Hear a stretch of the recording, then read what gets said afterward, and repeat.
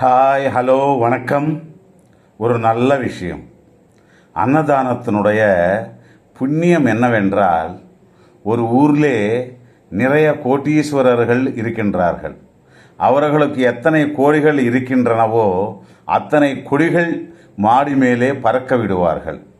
ஒரு நாள் ஒரு சாமியார் அந்த ஊரிலே அதிகமாக பணம் பறக்கும் கொடிகள் உள்ள வீட்டுக்கு போவார். அந்த வீட்டு எஜமான், இவன் யாரோ என்னிடம் இருக்கும் ரூபாவை அடிப்பதற்காக வருகிறான் என்று, திருட்டு முனிவன் என்று, சுவாமி சுவாமி, வீட்டு முதலாளி வீட்டில் இல்லை, போயிட்டு வா என்று சொல்வான். ஐயோ, முதலாளி இல்லையா? அவருக்கு நான் பெரும் உதவி செய்யலாம் என்று வந்தேனே என்று திரும்பி போய் கொண்டிருப்பார். உடனே அந்த வீட்டுக்காரர் ஓடோடி வந்து, சுவாமி, என்னை மன்னித்து விடுங்கள், இந்த வீட்டு எஜமான் நான் தான், உள்ளே வந்து என்னை ஆசீர்வாதம் பண்ணுங்கள் என்று சொல்வான். வீட்டுக்குள்ளே போன பிறகு அந்த முனிவர் இவருக்கு தர்மத்தை பற்றி புரியும்படி விவரமாக கூறிக்கொண்டிருப்பார். ரொம்ப நேரம் கேட்ட பிறகு, இப்படி நான் உங்கள் பிரசங்கத்தை கேட்டுக்கிட்டு இருந்தால் எனக்கு சில கோடிக்கணக்கில் நஷ்டம் வரும். தாங்கள் எனக்கு செய்யும் நன்மை என்னவோ சீக்கிரமாக செய்யுங்கள் என்று கேட்பார். அப்போ உன்னுடைய ஆயுள் இன்னும் 6 ஆண்டுகள் தான் என்று சொன்ன உடனே, ஏயா, இதுதானா நீங்கள் எனக்கு செய்யும் உதவி, உயர்ந்த உபகாரம் என்று கோபித்து கொள்வான். அப்போ அந்த சாமியார் அந்த பணக்காரனுக்கு ஒரு ஊசியை தந்து, இது ரொம்ப மகிமையுள்ள ஊசி, இதை நீ பத்திரமாக வைத்துக்கொண்டு நீ இறந்த பிறகு ஜாக்கிரதையாக என்னிடம் தர வேண்டும் என்று சொல்வார்.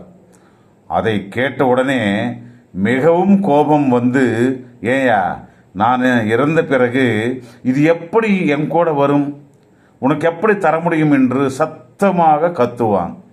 அப்போ அந்த சாமியார், நீ இறந்த பிறகு இந்த சிறிய ஊசியை கொண்டு போகாத நீ இத்தனை கோடிக்கணக்கான ரூபாயை எப்படி கொண்டு போக முடியும் என்று கேட்டதும் அந்த எஜமான் கொஞ்ச நேரம் யோசித்து, சுவாமி, நான் இதுவரையில் ரொம்ப அஞ்ஞானியாக இருந்தேன். இனி நான் தான தர்மங்களை செய்து புண்ணியத்தை தேடுகிறேன் என்று சொல்லி அந்த ஊரிலே ஒரு பணக்காரன் தங்க நாணயங்களை தர்மம் செய்ய போகின்றான் என்று சொல்லுவார். அப்பந்த தங்க நாணயங்கள் வாங்கி கொண்டவர்கள் கஞ்சன் வெறும் 20 தங்க நாணயங்களை தான் தந்தான். ஏன், இன்னொரு 20 தங்க நாணயங்களை தந்தால் குறைந்தா போய்விடுவான் என்று திட்டுக்கொண்டே போகின்றார்கள். இன்னொருவன், இன்னொரு 10ஆவது கொடுத்திருந்தால் இன்னைக்கு தண்ணி அடிப்பதற்கு சரியா போயிருக்குமே என்று கூறுவான். அப்போ மீண்டும் அந்த சாமியிடம் போய் நடந்தது கூறுவான். அப்போ அந்த சாமியார், வேதனை அடையாதே, இந்த முறை எல்லோருக்கும் வகை வகையான பதார்த்தங்களுடன் பஞ்சபக்ஷ பரமாணங்களுடன் விருந்தளிக்கப்படும் என்று சொன்னார்.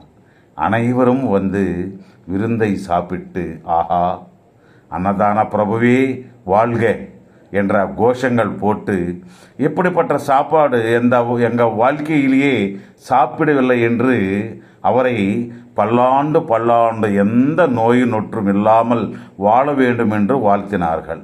அன்னியிலிருந்து அவருடைய பணத்தை அன்னதானம் செய்து புண்ணியலோகத்தை அடைவான். இதுதான் அன்னதானத்தினுடைய பலன். அனைத்து தானங்களிலும் அன்னதானம் தான் உயர்ந்தது என்று அந்த முனிவர் சொல்லி விடை பெற்றார். கேட்டீங்கள் அல்லவா நண்பா? ஒரு லைக்கும் ஷேரும் செய்து இந்த வீடியோவை ஹைப் செய்யுங்கள். மீண்டும் நாளை சந்திப்போம். நன்றி, வணக்கம்.